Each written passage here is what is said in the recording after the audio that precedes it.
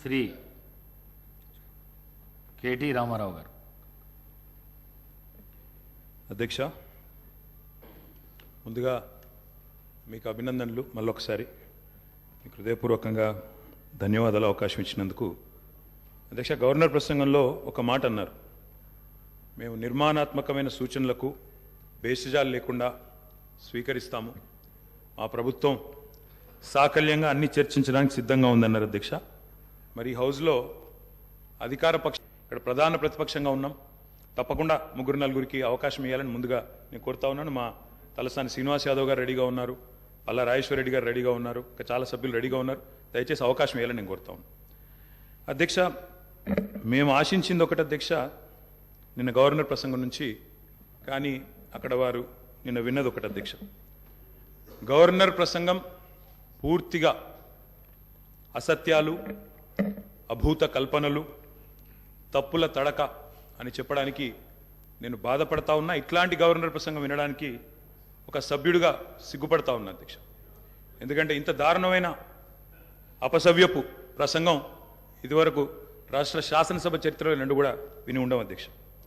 ఒక్క మాటలో చెప్పాలంటే అధ్యక్ష, 1000 ఎలుకలు తిన్న పిల్లి కదా తీర్థయాత్రలకు బయలుదేరినట్టు చేయాల్సిన దారుణం అంతా చేసి, ఘాతకాలని చేసి, చాలా అద్భుతమైన ఉపన్యాసం కేవలం 10 సంవత్సరాలు ప్రభుత్వం నడిపిన వాళ్ళ మీద నెపాన్ని నెట్టే ప్రయత్నం ఏదైతే కాంగ్రెస్ ప్రభుత్వం చేసిందో అధ్యక్ష, దీన్ని నేను పూర్తి స్థాయిలో తూర్పారబడుతున్నాను, తప్పుపడతా ఉన్నాను అధ్యక్ష.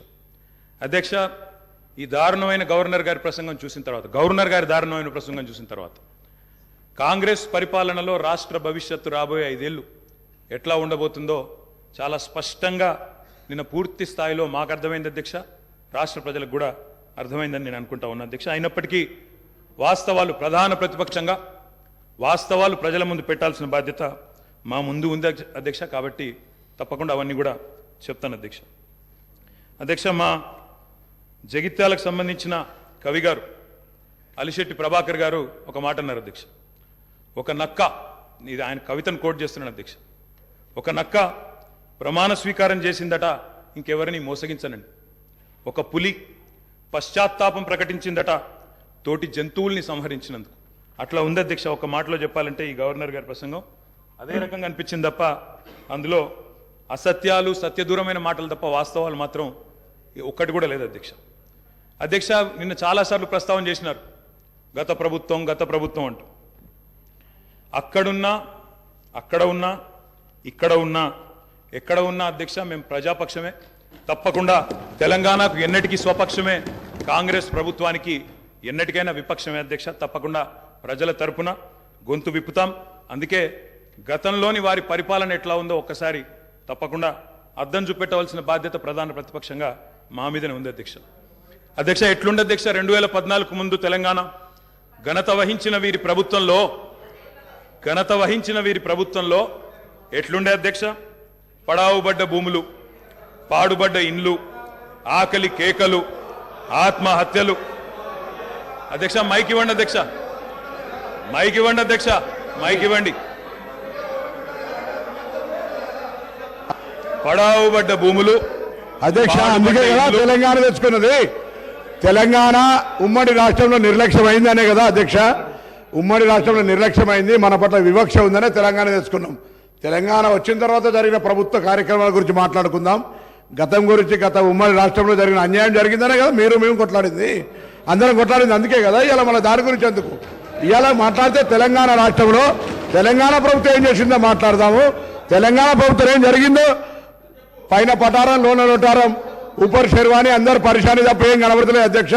అనేక సందర్భాలు మా దగ్గర ఉన్నాయి, మొత్తం ప్రభుత్వం ఏమేం చేసిందో చెప్పడానికి కూడా. కానీ గౌరవ ప్రతిపక్ష సభ్యులుగా మాట్లాడాలి. కానీ 50 సంవత్సరాల కింది చరిత్ర, మా తాత మీ చాలా నిమ్మకాయలు పెడితే నడవదు సార్. ఇప్పుడు తెలంగాణ వచ్చిన ఇంకేం జరిగింది చెప్పమనండి అధ్యక్ష. అధ్యక్ష, వారు మొదటిసారి ప్రభాకర్ అన్న మొదటిసారి శాసనసభకు వచ్చిండ్రు, మొదటిసారి మంత్రి అయినారు అధ్యక్ష. కాబట్టి కొద్దిగా తొందరపడుతున్నారు. తొందరపడకండి అధ్యక్ష, చరిత్ర చాలా ఉంది. తప్పకుండా మా తాతలు నేతులు దాగినరు, మా మూతుల వాసన చూడండి అంటే కుదరదు. కేవలం క్రెడిట్ మాత్రమే మేము తీసుకుంటాం. మేము నాగార్జున సాగర్ కట్టినాం, శ్రీశైలం కట్టినాం, కానీ మొత్తం మిగతాయి మాత్రం అన్యాయం అంతా వేరే ఖాతాలో దోస్తామంటే కుదరదు అధ్యక్ష. బరాబర్ చెప్తాం, ప్రధాన ప్రతిపక్షంగా ప్రజల తరపున బరాబర్ లెక్కలు చెప్తాం. బరాబర్ కాంగ్రెస్ పార్టీ యొక్క ఏమేమి దురాగతాలు ఉన్నాయో అవన్నీ చెప్పవలసిన బాధ్యత మా మీద ఉన్నది. బరాబర్ చెప్తామని చెప్పి కూడా నేను తెలియజేస్తా ఉన్నా అధ్యక్ష. పడావుబడ్డ భూములు, పాడుబడ్డ ఇండ్లు, ఆకలి కేకలు, ఆత్మహత్యలు, వలసలు, కరువులు, కర్ఫ్యూలు, ఎన్కౌంటర్లు, కరెంటు కోతలు, కటిక చీకెట్లు, నెర్రెలు బారిన నేలలు, నెత్తురు గారిన నేలలు. ఇదే కదా ఆనాటి మీ గొప్ప ఘనత వహించిన ప్రభుత్వంలో ఆనాడు మీరు చూపెట్టిన అద్భుతాలు ఇవే కదా అధ్యక్ష. ఒక్క మాటలో చెప్పాలంటే అధ్యక్ష, వీళ్ళ పాలనలో తాగునీటికి దిక్కులేదు, సాగునీటికి దిక్కులేదు, కరెంట్ అనేది అడ్రస్సే లేదు. ఇక ఇది వీళ్ళ పాలన అధ్యక్ష. 50 ఏళ్ళు పరిపాలించి అధ్యక్ష, ఇక్కడ కూర్చున్న సభ్యులు ఆలోచన చేయాలి అధ్యక్ష. రాజగోపాల్ రెడ్డి గారు చేతున్నారు. నల్లగొండలో ఫ్లోరోసిస్ తప్ప ఏమిచ్చింది అధ్యక్ష వీళ్ళు? నల్లగొండలో ఫ్లోరోసిస్ తో 1,50,000 మంది నడుములు వంగరబోతుంటే మునుగోడు నియోజకవర్గంలో ఒక్కసారి నాకు ఒక కాంగ్రెస్ సభ్యుడు మాట్లాడిండు అధ్యక్ష. సబ్జెక్టే మాట్లాడుతున్నా అధ్యక్ష. తర్వాత సభ్యుడికి ఇష్టం వచ్చినంత టైం ఇవ్వండి, మాట్లాడినివ్వండి, మాకు అభ్యంతరం. ఐఎమ్ నాట్ ఈల్డింగ్ అధ్యక్ష. నల్లగొండలో ఫ్లోరైడ్ బాధలు, దేవరకొండలో పసిపిల్లల అమ్మకాలు, పాత బస్తీలో మైనారిటీ తీరని బాలికల వివాహాలు, మహబూబ్ నగర్ లో గంజి కేంద్రాలు, పాలమూరు నుంచే 14 లక్షల మంది వలసలు ప్రతి సంవత్సరం. అధ్యక్ష, ముఖ్యమంత్రి రేవంత్ రెడ్డి గారి సొంత నియోజకవర్గం కొడంగల్లో ప్రతిరోజు 2 బస్సులు అధ్యక్ష బొంబాయికి పోయేది. కొడంగల్లో, నారాయణపేటలో, మక్తల్లో ప్రతిరోజు 2 బస్సులు. అదేవిధంగా అధ్యక్ష, ఆ బస్ స్టాండ్కు పోతే ఆ వలసలను చూసి సలసల కాగే కన్నీళ్లను గారుస్తూ ఆ భార్య పిల్లల ఏడుపులు. అదేవిధంగా 50 ఎకరాలున్న రైతైనా సరే అధ్యక్ష, తెలంగాణలో ఆనాడు కాంగ్రెస్ పరిపాలన ఎంత గొప్ప పరిపాలన అంటే అధ్యక్ష, మహబూబ్ నగర్ లో 50 ఎకరాలు ఉన్న రైతైనా సరే గుంపు మేస్త్రిగా పనిచేసే దుస్థితి అధ్యక్ష. హైదరాబాద్కి వచ్చి కూలీ చేసుకునే దుస్థితి. ఇది వాస్తవం అధ్యక్ష, వారికి కూడా తెలుసు. ఒక్క మాటలో చెప్పాలి అంటే తప్పకుండా చెప్తాం, అన్ని చెప్తాం. గౌరవ అధ్యక్ష కేటీఆర్ గారు చెప్తా గౌరవ కేటీఆర్ గారు ఒక్క నిమిషం, డిప్యూటీ సీఎం గారు మాట్లాడతారు. ఒక్క నిమిషం అధ్యక్ష. ప్రభుత్వం మారింది, ప్రజలు అత్యంత ప్రజాస్వామ్యయుతంగా తీర్పిచ్చారు. మేము చాలా విషయాల హృదయంతో ప్రభుత్వం తరఫు నుంచి చాలా స్పష్టంగా చెప్పాం. అత్యంత ప్రజాస్వామ్యయుతంగా సభను నడుపుకుందాం, ఉన్నటువంటి విషయాలపైన లోతుగా చర్చిద్దాం, నిర్మాణాత్మకమైనటువంటి సూచనలు మీరు ఏమిచ్చినా మేము తీసుకోవడానికి సిద్ధంగా ఉన్నామని చెప్తా ఉన్నాం. మొట్టమొదటి సమావేశం, మొట్టమొదటి రోజు వారు గవర్నర్ ప్రసంగం మీద ధన్యవాదాలు చెప్పే తీర్మానంలో కొంత పెద్ద మనసుతో ఈ ప్రభుత్వం చెప్పినటువంటి మాటలను స్వాగతిస్తున్నామనో, లేకపోతే అదే రీతిలో మనం ముందుకు పోదామనో అలా చెప్పుకుంటూ సభ నడిపించడం కోసం ప్రయత్నం చేయాలి. కానీ మొదలు పెట్టమే వారు అసలు ఒక దాడి మొదలు పెడితే ప్రభుత్వానికి తప్పనిసరి పరిస్థితుల్లో మీకు మేము అనుకున్నటువంటి ప్రజాస్వామ్యయుత సభ నడిపేదానికంటే మీకు సమాధానం చెప్పే కార్యక్రమంలో ఆ స్ఫూర్తి కూడా దెబ్బతినేటట్టుగా వారు మాట్లాడుతున్నారు. అది కరెక్ట్ కాదు. దయచేసి మీరు ఏం చేశారనుకుంటున్నారో చెప్పండి, మేము ఏం చేయాలనుకుంటున్నారో చెప్పండి. దాని ద్వారా రాష్ట్రానికి ఏమైనా చేద్దామనేటువంటి ఆలోచన ఉండాలి తప్ప మీరున్న టైంలో గన్ సెంటర్లు ఉన్నాయి, మీరున్న టైంలో అసలు నీళ్ళే లేవు. నీళ్ళు ఏడలేవండి. ఆర్డబ్ల్యూఎస్ పథకం ద్వారా మొత్తం రాష్ట్రంలో దాదాపు 70 నుంచి 80% నీళ్ళు ఇచ్చారు. మా ఆదిలాబాద్ నుంచి నేను ఖమ్మం వరకు చెప్తాను, నేను ప్రతి ఊరితో సహా లెక్కలతో సహా చెప్తాను. చివరి గోండుగూడెల్లో కూడా మీరు చెప్పినటువంటి ఆర్డబ్ల్యూఎస్ దాదాపు 43,000 కోట్ల రూపాయలతో ఖర్చు పెట్టారు. ఏడాది ఒక్క గ్రామంలో నీళ్ళు వస్తున్నాయండి. ఇప్పటికి కూడా ఐటీడీ నీళ్ళే తాగుతూ ఉన్నాం, వేసినటువంటి బోర్లు బావిలో నుంచి నీళ్లు తాగుతున్నామని చెప్తా ఉన్నారు. మళ్ళీ అదేదో పెద్ద గొప్పగా చేసినట్టు చెప్తున్నారు. మీరు వచ్చిన తర్వాతనే నల్గొండలో నీళ్ళు వచ్చినాయి, అంతకుముందు నల్గొండలో నీళ్ళు రాలేదా? ఫ్లోరోసిస్ ఎరాడికేషన్ కాలేదా? మీరు వచ్చిన తర్వాత జరిగిందా? మీకంటే ముందే జరిగింది.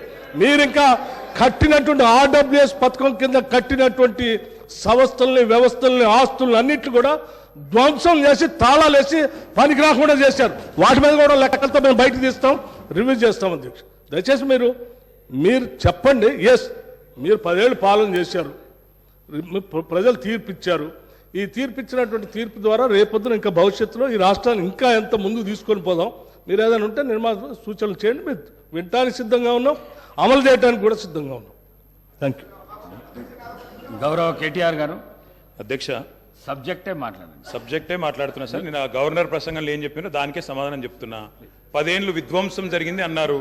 మరి 10 ఏళ్ల విధ్వంసం గురించి మాట్లాడితే 55 ఏళ్ల విధ్వంసం గురించి మాట్లాడాలన్నా వద్దా? 55 ఏళ్లు కాంగ్రెస్ పరిపాలనలో చేసిన జీవన విధ్వంసం చెప్పాలి. ఇప్పుడు గౌరవ సభ్యులు రామ్మోహన్ రెడ్డి గారు మాట్లాడుతూ రాజశేఖర రెడ్డి గారి పేరు తీసుకున్నారు, గత ముఖ్యమంత్రుల పేర్లు తీసుకున్నారు. పొన్నం ప్రభాకర్ గారేమో ఆంధ్రప్రదేశ్ చరిత్ర మాట్లాడొద్దంటారు. మరి రామ్మోహన్ రెడ్డి గారేమో గతంలో ఉన్న ఆంధ్ర ముఖ్యమంత్రుల పేర్లు తీసుకున్నారు. పేర్లు తీసుకున్నప్పుడు చెప్పకపోతే ఎట్లా అధ్యక్ష? వాస్తవాలు చెప్పాలి, చరిత్ర చెప్పాలి, అద్దం చూపెట్టాలి కదా సార్. 55 ఏళ్లు పరిపాలించే అవకాశం ఇచ్చినప్పుడు సాగునీరు ఇవ్వలేని అసమర్థులు, తాగునీరు ఇవ్వలేని అసమర్థులు, కరెంట్ ఇవ్వలేని అసమర్థులు వాళ్ళ అసమర్థత గురించి చెప్తే ఉలికిపడ్డం ఎందుకు అధ్యక్ష? అధ్యక్ష ఇంకొక మాట కూడా నేను విజ్ఞప్తి చేస్తా ఉన్నాను. ఇది మొదటి రోజు అధ్యక్ష. మొదటి రోజే ఇంత ఉలికిపడితే ఎట్లా అధ్యక్ష? మొదటి రోజు ఇంత భయపడితే ఎట్లా? ఒక్కొక్క మంత్రి గారు లేసి అప్పుడే ఉలికిపడి మాట్లాడుతున్నారు. అంత భయం ఎందుకు సార్? అంత భయం ఎందుకు సార్? అధ్యక్ష నిర్మాణాత్మక సూచనలు చేయాలన్నారు భట్టి గారు, వి వెల్కమ్ ఇట్. కానీ మీరు నిర్మాణాత్మకమైన గవర్నర్ ప్రసంగం ఉంటే, విధ్వంసంగా ఉండకపోతే వాస్తవాలు చెప్తే మేము కూడా వాస్తవాలు చెప్పేటోళ్ళం.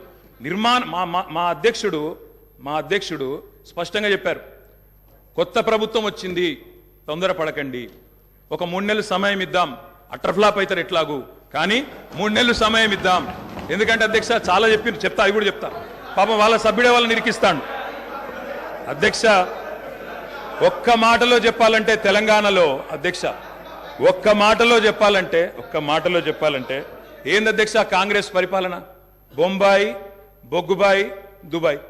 ఆనాడు ఇదే కదా అధ్యక్ష. మొత్తం ప్రజలు వలసలు పోయే దుస్థితి, రైతులు మొగులు దిక్కు చేసే దుస్థితి, మొత్తంగా ఆఖరికి ఇవాళ అక్కడ కూర్చున్న ముఖ్యమంత్రి గారి సొంత జిల్లాలోనే గంజి కేంద్రాల అధ్యక్ష. ఇందిరమ్మ రాజ్యం అంటే గంజి కేంద్రాలు, ఆకలి సావులు, ఎన్కౌంటర్లు తప్ప ఏముండే అధ్యక్ష? ఏదో గొప్పగా చెప్తున్నారు.